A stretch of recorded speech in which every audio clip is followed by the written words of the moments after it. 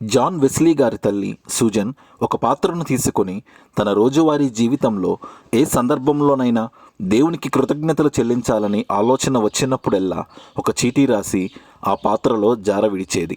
ఒక్కో రోజు 4 లేదా 5 చీటీలు రాస్తే కొన్నిసార్లు అసలు చీటీలు ఉండేవి కావు. కొన్ని రోజులు గడిచాయి.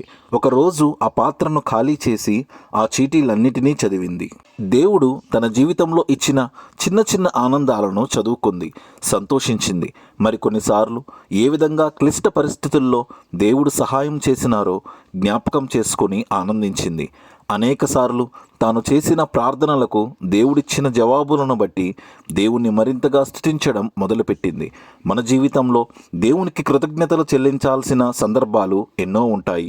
అవి చిన్నవైనా పెద్దవైనా ఎటువంటి పరిస్థితుల్లోనైనా దేవునికి కృతజ్ఞతాస్తుతులు చెల్లించేవారముగా ఉండాలి. అందుకే నా ప్రాణమా యెహోవాను సన్నతించుము, ఆయన చేసిన ఉపకారములలో దేనిని మరువకుము.